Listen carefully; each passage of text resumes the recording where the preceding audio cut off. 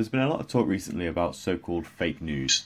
In this video, I want to explore what fake news is and what it isn't, and what this phenomenon tells us about the psychology that underpins how we take in information from the media. Let's start by looking at so-called fake news itself. The way I see it, fake news can be classified in a number of ways. I think about these ways almost like concentric circles. In the centre, and by far and away the smallest group, we have actual fake news. These are stories that you see shared on sites like Newsthump or The Onion. They're purposefully fake news stories made up for comedic or satirical reasons. Everybody knows that they aren't real and that they're made for a laugh rather than to inform. Next you have propaganda pieces. These are typically hit pieces that, if we're going to use a sporting analogy, play the man and not the ball. Outlets that have been known to publish stories like this include BuzzFeed and the Huffington Post. And some examples are HuffPost's following of every political news story in the run-up to the US election last year, with a disclaimer stating that Donald Trump was a compulsive liar.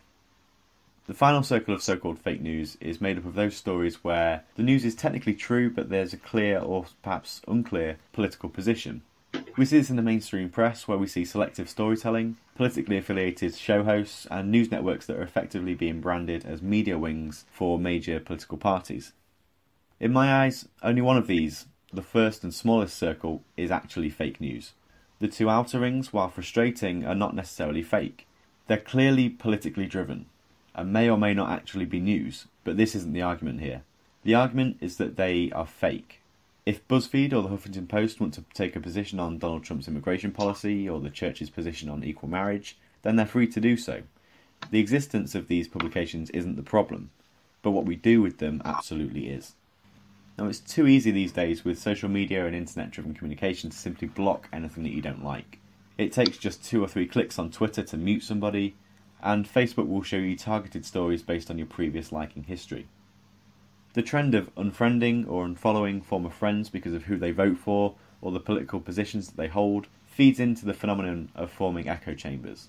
These are ideologically pure environments where we're never confronted by news items that challenge our views, and we never interact with people who hold different opinions to ours, and we never think about our own worldviews in a critical way. This is a dangerous trend.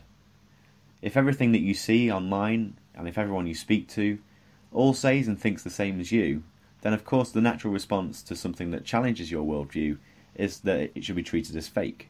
After all, you can't all be wrong, can you? This kind of trend also feeds into how we gather information. We have our favoured news sources, typically those who report things that we agree with, and we also have those news sources where we wouldn't even dream of looking for information, typically because they don't tell us what we want to hear. If we want information, we can go to our favourite sites or online pages, find a link and share that until our heart's content, and we can bring up this link whenever our motivations or our evidence base is questioned. Psychologists call this the confirmation bias. We have a natural belief of things that report in a way that supports our pre-held views, and we dismiss and find fault with things that don't. With the invention of the fake news title, we now have a new way of criticising things that don't support our view of the world. Not only now do we not agree, but their view is fake news. It's made up, not real, and is driven by malevolent motivation. This trend has to stop. We need to come out of our ideological silos, have a bit of intellectual humility, and acknowledge that we might not always be right about things. Just because you disagree with a news story, that doesn't mean it's made up, it doesn't mean it's fake, and it doesn't mean it's put together with malice. What we need is an outbreak of critical thinking. We can't rid media outlets of ideological positions. In fact, we probably need these companies to hold such positions so that we can have some degree of balance. However, we can't allow ourselves to fall into the trap of a perpetual confirmation bias. We need to consider our views carefully, look at how and why others come to different opinions, and examine how we all might work together to bridge political divides, rather than silo ourselves into our respective political camps and just hurl insults at the other side. My final plea would be to those in the mainstream media to stop using the meme of fake news altogether. While you're promoting this label, you give people an excuse to use it.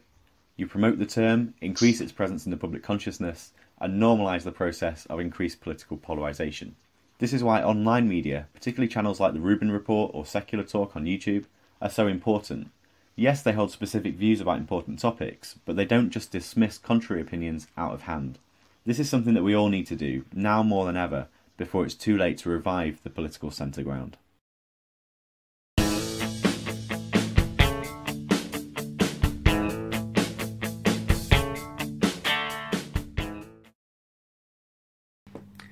If you found this helpful, then please do subscribe to the channel below, or you can also join the conversation on Twitter at CraigHarper19 and also on Facebook. So that's facebook.com/CraigHarperPsychology.